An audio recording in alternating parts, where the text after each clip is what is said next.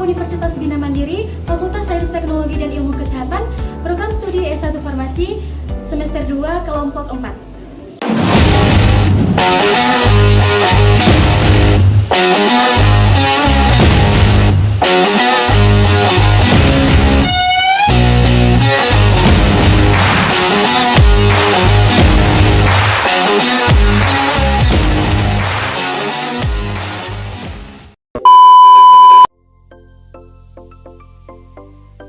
Yang pertama kita membahas mengenai pengertian sel.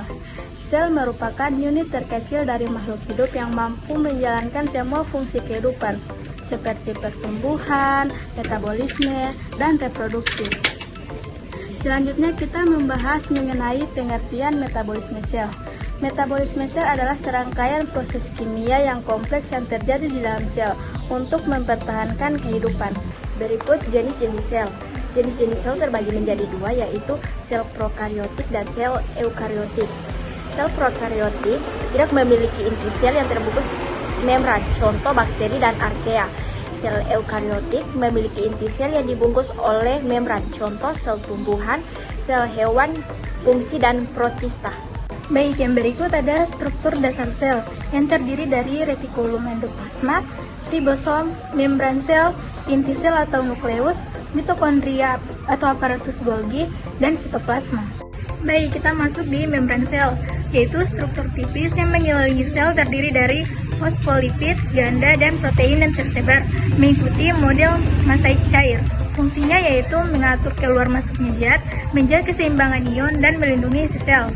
Yang kedua ada sitoplasma, yaitu cairan kental yang terdiri di dalamnya. Sel ini mengandung berbagai organel sel. Fungsinya yaitu tempat berlangsungnya reaksi kimia, penting dan mendukung pergerakan organel. Baik, yang ketiga kita masuk di inti sel atau nukleus, yaitu struktur besar berbentuk bulat atau oval dilapisi oleh membran nukleus, mengandung DNA yang membawa informasi genetik. Fungsinya yaitu mengontrol seluruh aktivitas sel seperti pertumbuhan, sintesis protein, dan pembelahan sel. Berikut beberapa organel sel lainnya. Yang pertama ada mitokondria, di mana penghasil energi melalui respirasi seluler.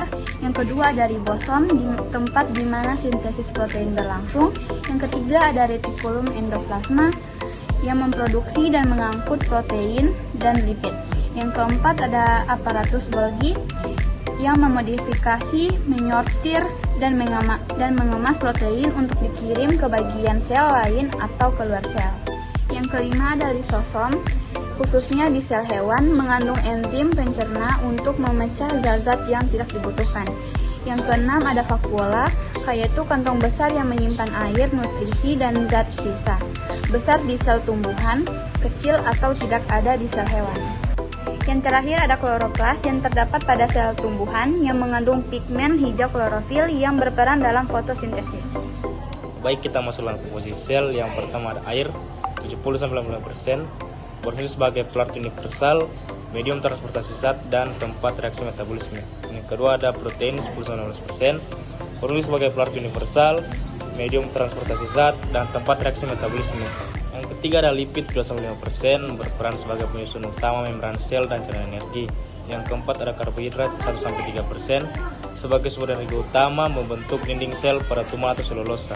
Dan yang terakhir ada asam nukleat atau DNA dan RNA, berupa DNA dan RNA yang nukleat atau DNA dan RNA, berupa DNA dan RNA yang mengatur informasi genetik. Baik, kita masuk di jalur utama metabolisme. Di jalur ini ada 3 tahap, yaitu tahap pertama pemecahan makromolekuler. Di tahap ini molekul-molekul besar yang berasal dari makanan dipecah menjadi bentuk yang lebih sederhana. Di sini dipecah menjadi protein, polisakarida, dan lipid. Pemecahan protein menjadi asam amino diproses oleh enzim pencernaan. Polisakarida seperti pati dan glukogen dipecah menjadi gula sederhana seperti glukosa, fruktosa, dan galaktosa. Lipid, lemak, dan minyak dipecah menjadi asam lemak dan gliserol. Di tahap ini terjadi di luar sel, misalnya di sistem pencernaan, dan belum menghasilkan banyak ATP. Baik, kita masuk di tahap kedua, yaitu pembentukan asetil-CoA. Setelah dipecah menjadi molekul sederhana, zat-zat tersebut dimasukkan ke dalam sel dan diubah menjadi asetil-CoA. Molekul kunci metabolisme. Asam amino tertentu bisa langsung diubah menjadi asetil-CoA atau terlebih dahulu menjadi pirufat. Gula sederhana mengalami glikolisis, menghasilkan pirufat yang kemudian dikonversi menjadi asetil-CoA. Asam lemak juga diubah menjadi asetil-CoA melalui proses beta oksidasi. Tahap ini terjadi di sitoplasma dan bagian di mitokondria menghasilkan sedikit ATP dan juga NADH dan FADH yang menyimpan energi dalam bentuk elektron. Baik, kita masuk di tahap 3, asam sitrat dan produksi energi. Asetil-CoA masuk ke dalam siklus asam sitrat, juga disebut siklus Krebs atau TCA, yang terjadi di mitokondria. Dalam siklus ini, asetil-CoA diubah menjadi CO2 dan energi dilepas dalam bentuk NADH dan FADH. Elektron dari NADH dan FADH kemudian masuk ke rantai transport elektron, menghasilkan TPA dalam bentuk jumlah besar melalui fosforilasi dan oksidatif dengan bantuan oksigen. Produk samping proses ini adalah air H2O dan karbon dioksida CO2 yang akan dibuang dari tubuh. Bila asam amino terlibat, akan terbentuk amonia NH3 yang nantinya diubah menjadi urea untuk dibuang melalui urin. Baik, kita masuk pada bagian-bagian jalur utama metabolisme sel. Yang pertama ada protein. Protein adalah molekul besar dan kompleks yang terdiri dari rantai panjang asam amino yang terhubung satu sama lain. Protein memiliki peran penting dalam hampir semua proses biologis di dalam tubuh. Lalu ada polisaccharides atau polisakarida.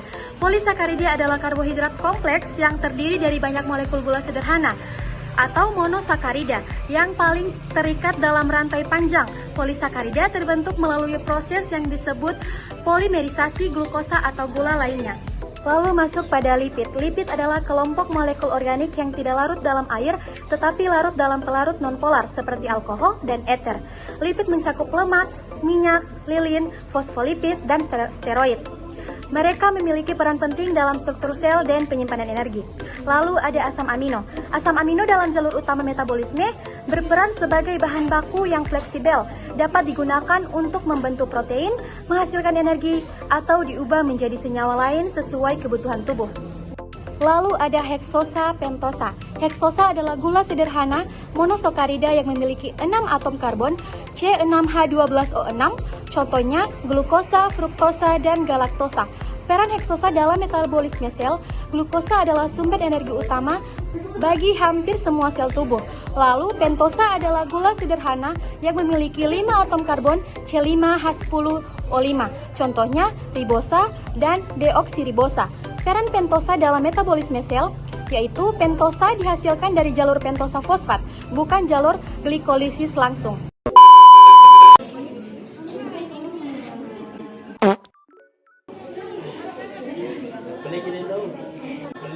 Glikolisis langsung.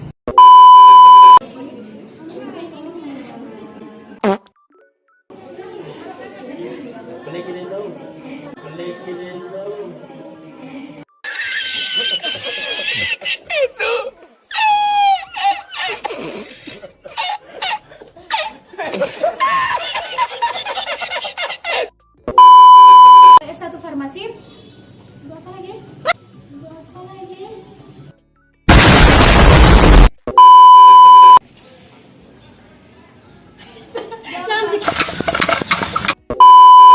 Metabolisme.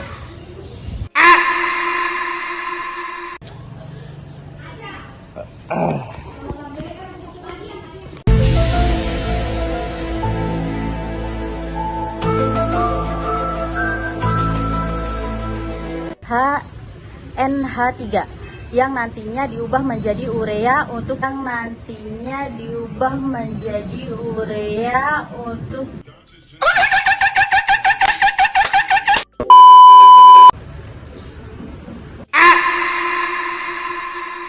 kan kehidupan.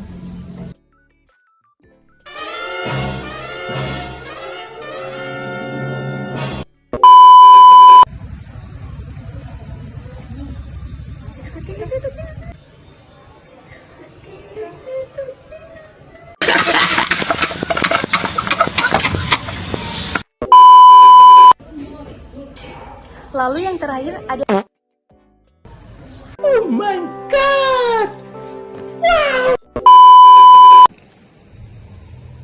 Baru bacaan lagi. Itu sampai di batas itu. sudah berapa kali ini?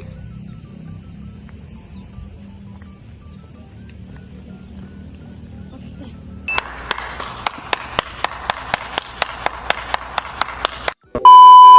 bom bom bam bam bom bam bam bam bam bam bam bam bam bam bam bam bam